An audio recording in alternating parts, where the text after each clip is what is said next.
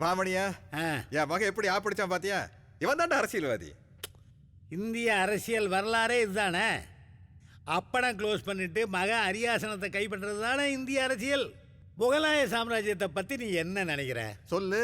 ஆனால் உன் பையன் ஜென்டில்மேன். எப்படி உன்னைய ஒரே அடியாக க்ளோஸ் பண்ணாமல் உள்ள பத்திரமா இருக்க வச்சுட்டுல அவன் சீஃப் மினிஸ்டராக இருக்கான். I like that boy. உனக்கு உள்ள செல்போனுக்கு ஏற்பாடு பண்ணியிருக்கேன். ஏதோ அந்த செல்போன்ல அந்த மாதிரி படங்கள்லாம் அனுப்பு. ஆமாம், இனிமேல் படம் பார்க்கத்தான் முடியும். வேற வழி.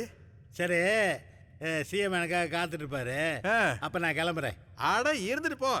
ஆட அமாவாசை ராசாக்க அடிச்சா சிக்ஸர் நீ. பின்ன என்ன, அவரு பொண்டாட்டியோட நின்று இருக்காரு.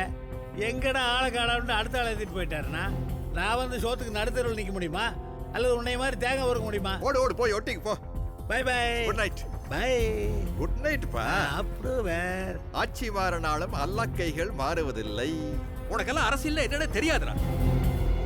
நாய் நாய் நாய். டேய் நாகராஜ் சோழ, உன்னைத்தாண்டா சொல்றேன். உனக்கெல்லாம் அரசியல்ல என்னடா தெரியாதுடா.